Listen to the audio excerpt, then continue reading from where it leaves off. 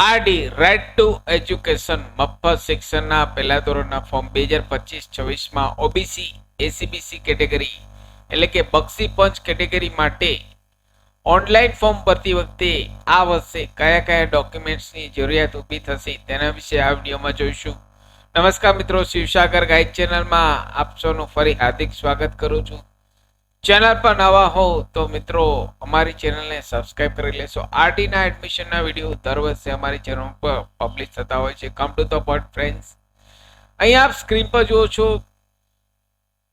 Online form ભરતી વખતે Bakshi Panch category માટે સૌ પહેલા જોઈએ તો બાળકનું જન્મનું પ્રમાણપત્ર અંગ્રેજીમાં જોશે. હાલ આપ સૌ બધા જાણો છો જન્મનું પ્રમાણપત્રને લઈને સરકાર દ્વારા એક નવું અપડેટ આવેલ છે કે જન્મ તારીખના દાખલામાં પૂરેપૂરું નામ આવવું જોઈએ કે બાળકનું નામ, પિતાનું નામ અને અટક. તો આ અપડેટ કરાવી લેશો આપના બાળકના જન્મના પ્રમાણપત્રમાં અને અંગ્રેજીમાં કરાવો તો સારું રહેશે. રહેઠાણનો પુરાવો રાશન કાર્ડ, આધાર કાર્ડ, લાઇટ બિલ ચાલી શકે. આધાર કાર્ડ અપલોડ કરો તો વધારે સારું રહેશે. આધાર કાર્ડ એડ્રેસ પ્રૂફમાં વધારે પ્રાયોરિટી આપે છે. તો આપનું આધાર કાર્ડ પિતાનું અને બાળકનું કમ્બાઈન કરી આગળ પાછળ પીડીએફમાં અપલોડ કરશો. જાતિનો દાખલો પિતાનો રહેશે. બાળકનો પાસપોર્ટ સાઇઝનો ફોટો. જો આપનું બાળક આંગણવાડીમાં અભ્યાસ કરતું હોય તે મતલબનું અધિકારીનું મિનિમમ 2 વર્ષ કે તેથી ઉપરનું હોવું જોઈએ. તે વધારાના ડોક્યુમેન્ટ્સ તરીકે અપલોડ કરી શકો. અહીં કોઈ પણ એક કેટેગરી ઉપર જ આપ એપ્લાય કરી શકશો, કાં તો ઓબીસી કેટેગરી ઉપર અથવા તો આંગણવાડીના દાખલા ઉપર.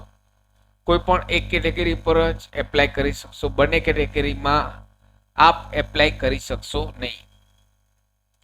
આવકનો દાખલો પિતાનો. જો રિટર્ન ભરતા હોય તો રિટર્નની કોપી અથવા ન ભરતા હોય તો તેમનું સેલ્ફ ડિક્લેરેશન અપલોડ કરવું. આવકની મર્યાદા શહેરી વિસ્તાર માટે 1.5 લાખની છે, જ્યારે ગ્રામ્ય વિસ્તાર માટે 1.20 લાખની છે, એટલે કે 1,20,000ની છે. સાથે વાલીની સહી. આટલા ડોક્યુમેન્ટ્સ મિત્રો અપલોડ કરવાના રહેશે, તે પણ ઓરિજિનલ. કોઈ પણ પ્રકારની ઝેરોક્સ ચાલશે નહીં.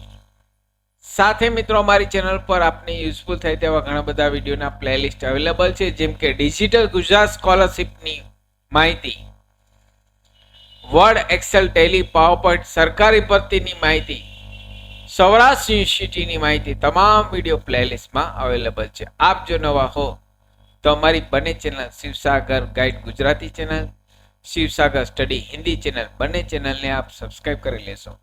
ફરી મળું છું નવા વિડીયોમાં નવા ટોપિક સાથે. ત્યાં સુધી મિત્રો જય હિન્દ, જય ભારત.